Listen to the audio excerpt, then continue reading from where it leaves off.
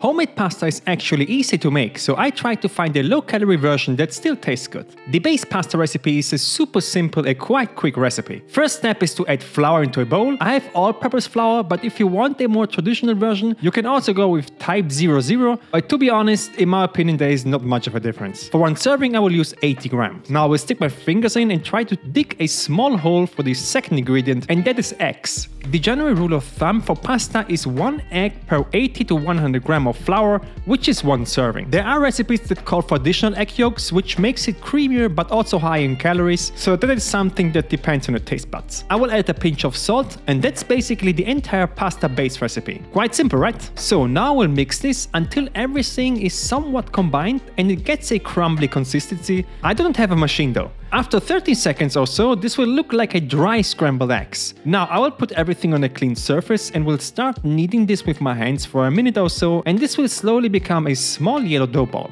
From now I will knead this with my palms for 3 to 4 minutes. Push it down and roll it up. This will help developing gluten that will make this dough elastic. The goal is to make a cohesive mass that can be shaped but also doesn't break when boiled.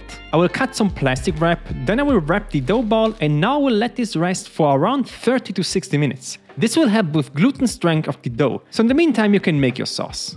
So after the resting time, I will place the ball on a surface, and now we roll this out with a rolling pin. I will place the plastic wrap on top. This will help so the dough doesn't stick at the pin. Now since I don't have a pasta machine, I will not get this dough super thin. But to me personally it doesn't really matter. I honestly even prefer thicker pasta. So I will roll for around 1 to 2 minutes until I have a flat big circle. And then I will try to cut so-called tagliatelle. I will try to cut with a knife a long flat pasta shape. Now slowly pull it with my fingers and a little bit of help with my spatula, and there you go. Without a pasta machine it's not the prettiest looking, but hey, as long as it tastes good, who cares? So I will cut them all and remove them one by one, and now I can cook them. Heat up a pot of water with a tablespoon of salt. As soon as this starts to boil, I will immediately add in the pasta and give them a stir. Fresh pasta is ready a lot faster than dry one. Depending on the thickness, it takes around 1 to 4 minutes max. So it's better to already have the sauce ready and just finish the pasta.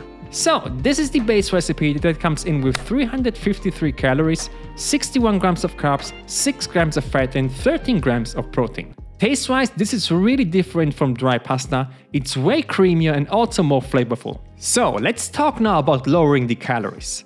Now the first thing that comes into my mind is to obviously adding again 80 grams of flour, but now adding 40 grams of egg whites instead of the whole egg. The egg yolk has 6 times the calories than the white, so these are the first 50 calories saved. The mixing and kneading process is exactly the same. I would even say that the dough feels not that sticky without the yolk. I will let this rest again for half an hour and also try to cut tagliatelle. And as you can see, they do not stick to my table like the egg yolk pasta. They actually look pretty good. So this is promising.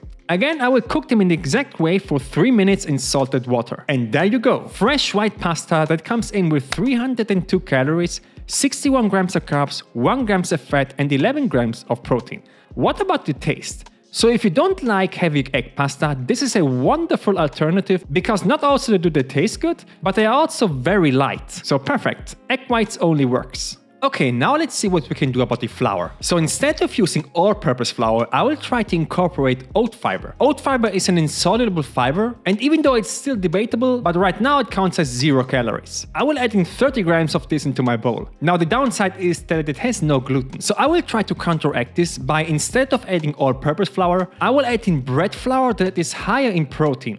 More protein means more gluten, which means more chew. 50 grams will go into the bowl, so I have the 80 from the other recipes. So, because oat fiber is also more absorbent, I will need to add a bit more egg whites than before. I will start with 60 grams and then work my way up as I'm kneading. So I will again lay this on my flat surface and start kneading. It is too crumbly, so I will add another 10 to 20 grams of egg whites, keep kneading with my palm, and slowly but surely I will get a small dough ball that looks promising. It is more crumbly though, but it should work. So let this rest again. In this case it's even more important for the gluten to develop.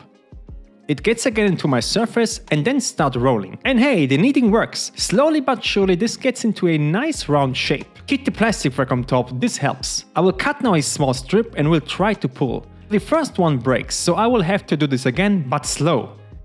And take a look at that. It keeps its shape and I get a perfect pasta shape. It works with its dough, but you have to be very careful at pulling. I will season again a pot of water and cook them for 3 minutes. Even though they don't have the perfect shape, it looks like most of them still have the tagliatelle shape. This low-calorie pasta serving comes in with 212 calories, 69 grams of carbs, 1 gram of fat and 12 grams of protein. So macro-wise this is pretty good, but what about the taste? Honestly, I like them. They have a nuttier flavor from the bread flour and the oat fiber, but I think this is pretty good. So in comparison to the egg pasta, I don't think that they are worse, they are just different. So I would really suggest you to try this out and make this with a meat sauce that will perfectly work with this dish. Click on this video for a nice recipe.